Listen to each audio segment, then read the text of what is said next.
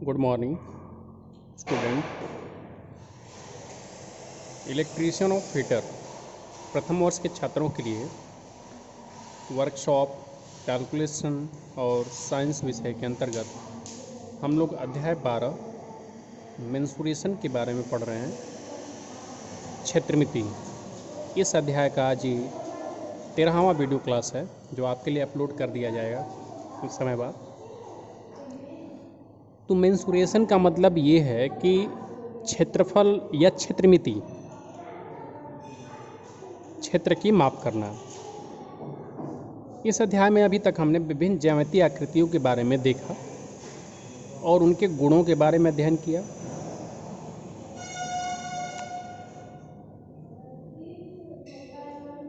इससे पिछले वाले वीडियो क्लास में हमने आपको सेक्टर, जिसको हम वृत्तखंड बोलते हैं, उसके बारे में बताया। सेक्टर होता क्या है, एक बार मैं फिर से आपको रिपीट कर देता हूँ। अगर मान लीजिए कि ये कोई सर्किल है तो इसका सेंटर कहीं ना कहीं बीच में होगा। इस सेंटर से यहाँ से अगर ये काट कर निकाल लिया जाए तो ये क्या कहलाएगा, सेक्टर कहलाएगा या वृत्तखंड कहलाएगा। जैसे उदाहरण के लिए देख लीजिए, ये क्या है, एक सर्कुलर है।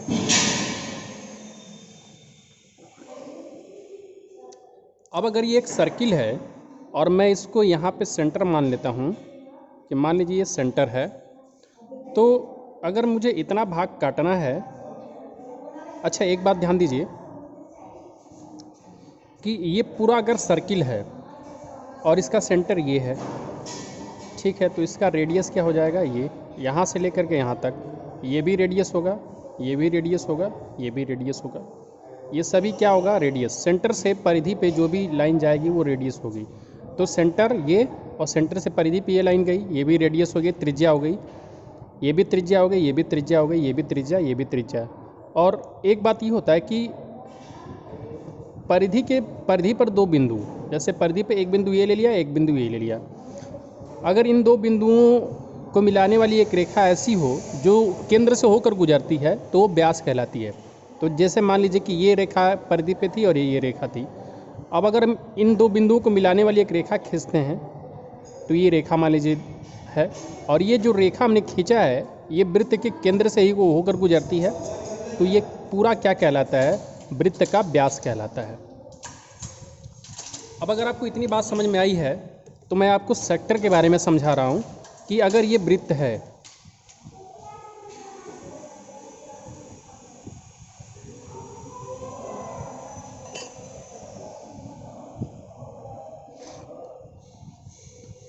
अब देखिए ज़रा सेक्टर क्या होता है कि अगर ये वृत्त है और ये इसका केंद्र है तो ये क्या कहलाएगा, त्रिज्या कहलाएगा, और ये भी क्या कहलाएगा, त्रिज्या कहलाएगा। अब ये सेंटर है और ये पूरा वृत्त था, और यहाँ से यहाँ तक जो हमने खींचा है इसको अगर हम काट कर निकाल लेते हैं, इस इतने भाग को काट कर निकाल लेते हैं पूरा, यहाँ से कैंची चलाते हैं, यहाँ जाता है कैंची, और फिर यहाँ से कैंची चलाते हैं, यहाँ जाता है, तो ये पूरा भाग निकल जाएगा। और ये पूरा भाग निकलेगा तो ये क्या कहलाएगा, वृत्तखंड कहलाएगा। और जो वृत्तखंड होता है वो सेंटर पे कोई ना कोई कोण बनाता है। जैसे देखिए ये हमारा वृत्तखंड है और सेंटर पे मान लीजिए थीटा एंगल बना रहा है। कितना एंगल बना रहा है, थीटा एंगल। तो अगर सेंटर पे ये थीटा एंगल बना रहा है तो अगर पूछा जाए, अच्छा अगर ये सर्किल है तो ये क्या कहलाता है, इसके चारों तरफ की बाउंड्री है, ये क्या कहलाता है, परिधि कहलाता है। और परिधि की माप क्या होती है, 2πr। जैसे ये जो है, अगर ये मुझे अगर इस पूरे पे एक रस्सी लपेटना हो इसके चारों तरफ, तो अगर पूछा जाए कि उस रस्सी की लंबाई कितनी होगी, जैसे ये जो आप देख रहे हैं ये इसकी क्या है, परिधि है, ये चारों तरफ जो गोल गोल घुमा हुआ ये परिधि है।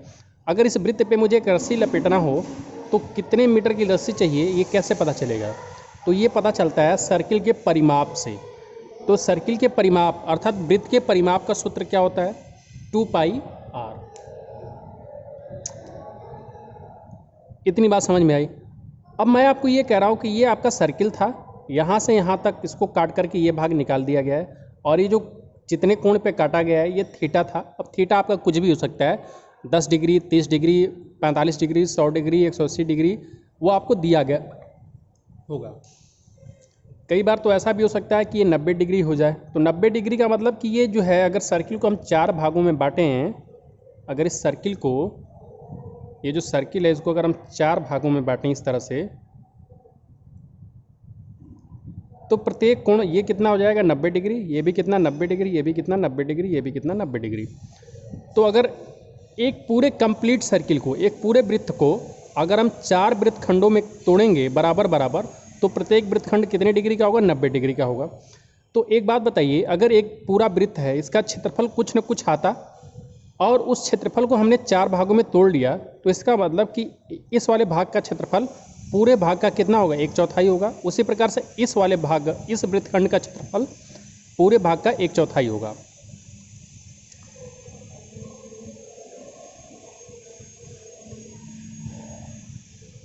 अब ये आपका पूरा सर्किल है, सर्किल से ये थीटा एंगल पे एक वृत्तखंड काट लिया गया है।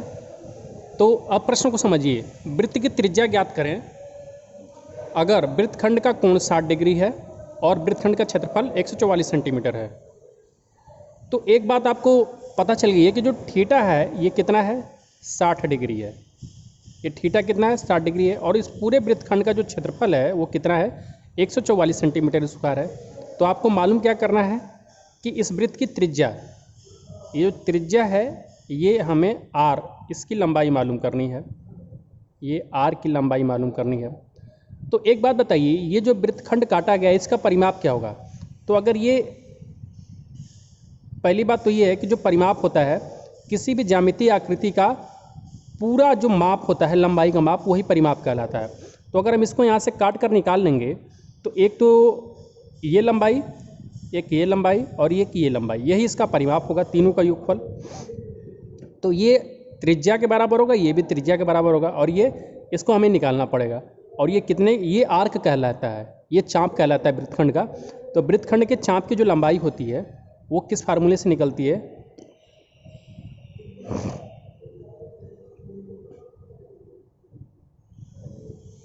अच्छा दूसरी बात ये है कि इसमें हमें वृत्त की त्रिज्या केवल ज्ञात करना है। वृत्तखंड का कोण 60 डिग्री है और वृत्तखंड का क्षेत्रफल 144 है। तो वृत्तखंड का क्षेत्रफल का जो सूत्र होता है 144 सेंटीमीटर स्क्वायर। वृत्तखंड का क्षेत्रफल का सूत्र क्या होता है, थीटा बटे में 360 गुणे पाई आर स्क्वायर। तो वृत्तखंड का क्षेत्रफल कितना है 144, और थीटा की जगह पे क्या 60 डिग्री, और बटे में 360 होता ही है, इंटू पाई आर स्क्वायर। तो हमें आर स्क्वायर का मान तो मालूम नहीं है, क्योंकि त्रिज्या ही नहीं मालूम है, तो आर स्क्वायर कहाँ से मालूम होगा। लेकिन पाई आर स्क्वायर बराबर कितना हो जाएगा, 144 गुणे 6।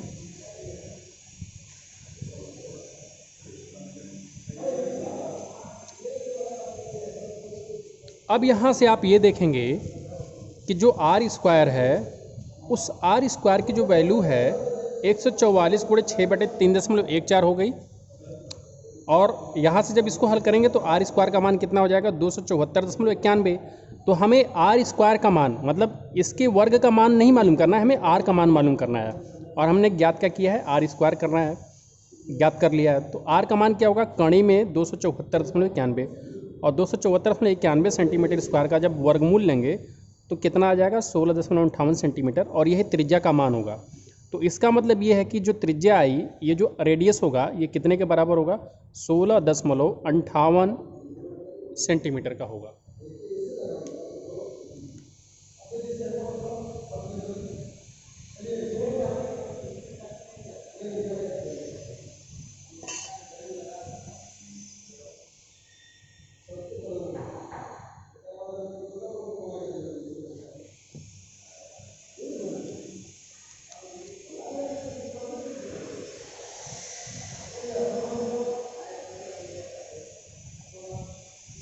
अगला प्रश्न देखिए कि वृत्तखंड का क्षेत्रफल ज्ञात करें। अगर वृत्तखंड का कोण 105 डिग्री है और वृत्तखंड का परिमाप 18.6 सेंटीमीटर है।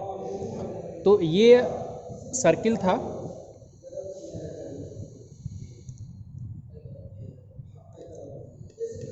देखिए ये एक सर्किल के आकार का कटा हुआ है, जैसे यहाँ पे हमने बनाया है। इस सर्किल का यहाँ पे कहीं पे बीच में सेंटर होगा, ठीक है, बीच में सेंटर हो गया। इस पूरे वृत्त का क्षेत्रफल कुछ तो होगा। यहाँ से जो वृत्तखंड काटा गया है, तो मान लीजिए कि हमने ऐसा वृत्तखंड काटा होगा,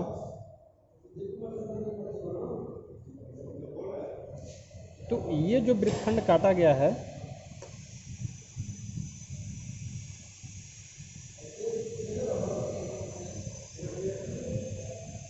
ये जो थीटा है, ये जो एंगल है, ये कितने का है? 105 डिग्री का है।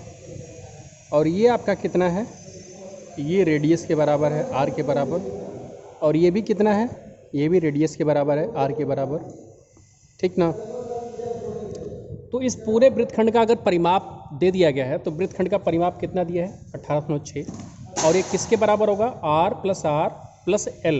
ये जो चाप की लंबाई है, ये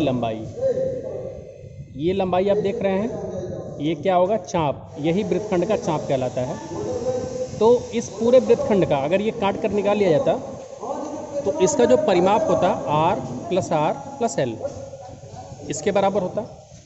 तो यहाँ पे आप देखिए, इस वृत्तखंड का परिमाप आपको 1806 दिया गया है और ये 2r प्लस एल के बराबर। और 2r कहाँ से हो रहा? R plus L. तो ये आपका 2r प्लस एल हो गया। तो इस वृत्तखंड का परिमाप का सूत्र क्या हो गया? 2r plus L. और ये किसके बराबर होगा? 1806, क्योंकि प्रश्न में आपका दिया गया है।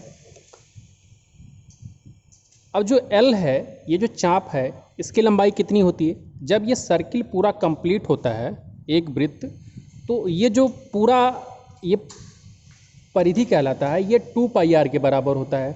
लेकिन जब हमारा कोण केवल 105 ही डिग्री है, तब ये L कितना होगा? तो उसके लिए हम क्या निकालते हैं? थीटा बटे में 360 इंटू पाई 2 पाई आर।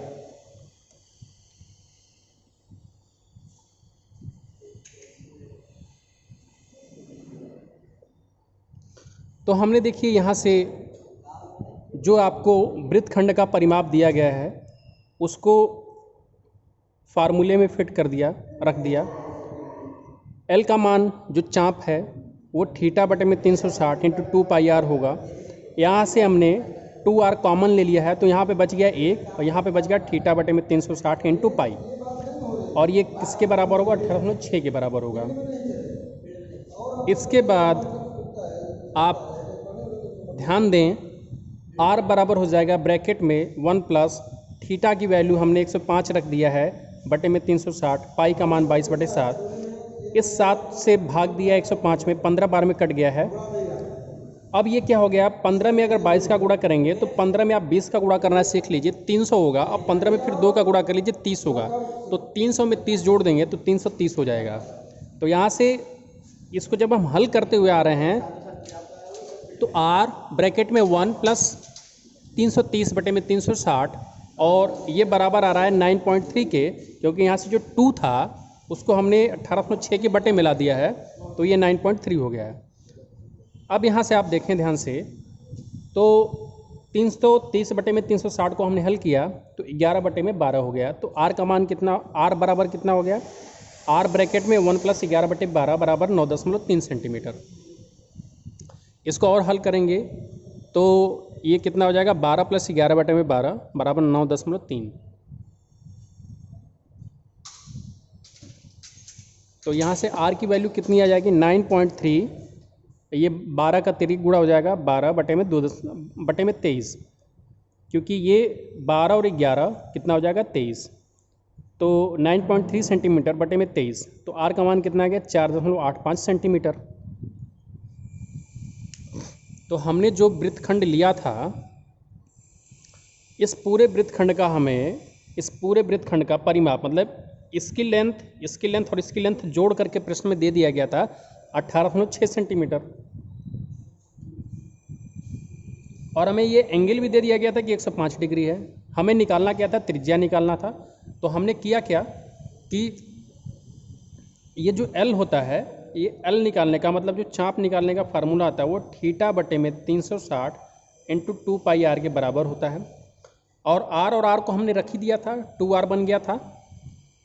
तो ये पूरी जो लेंथ है ये 2r प्लस एल के बराबर थी। और 2r प्लस एल का मान कितना था? 18.6। तो r का तो मान हमें मालूम ही करना है, लेकिन l के मान को हम कन्वर्ट कर लेते हैं r में। तो L बराबर क्या हो जाएगा? थीटा बटे में 360 इंटू 2 पाई आर। तो थीटा की जगह पे 105 रख दिए और इसको हल किए तो यहाँ से आप देखेंगे कि 2r को कॉमन ले लिया गया है, थीटा बटे में 360, तो यहाँ पे बच क्या गया है 1 प्लस थीटा बटे में 360 इंटू पाई। और जब इसको भी हल किया गया है तो हमारा मान क्या है आर ब्रैकेट में 1 प्लस 330 बटे में 360, और ये बराबर आया 9.3 सेंटीमीटर के। इसको भी फिर हल किया है तो 11 बटे में 12 आया, फिर 12 का गुणा 1 में कर दिया है और 12 प्लस 11 हो गया और नीचे बटे में 12 ही रह गया है। तो ये आपका मान हो गया है आर बराबर 12 प्लस 11 बटे में 12, और ये किसके बराबर 9.3 सेंटीमीटर के बराबर। तो आर बराबर कितना हो गया 9.3 सेंटीमीटर इंटू 12 बटे में 23, तो आर का मान कितना आ गया 4.85 सेंटीमीटर। तो ये जो हमने सर्किल लिया था, इस सर्किल में आर का मान कितना आ गया, ये जो आर आया है इसकी वैल्यू कितनी आ गई है 4.85 सेंटीमीटर।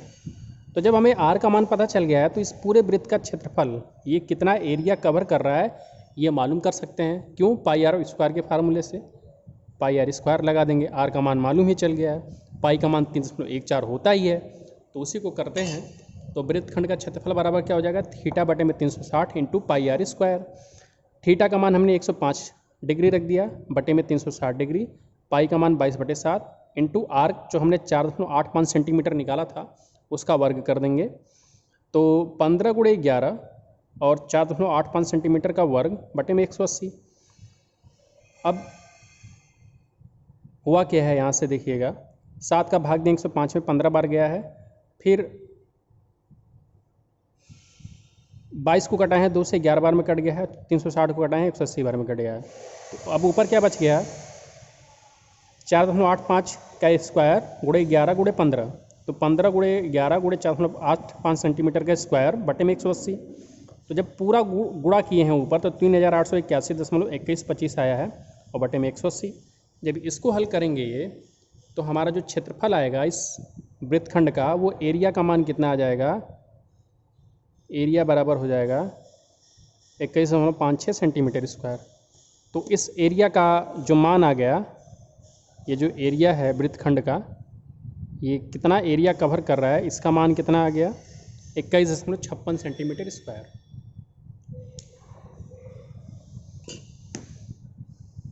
तो आज के लिए इस वीडियो में इतना ही। वीडियो देखने के लिए आपको धन्यवाद।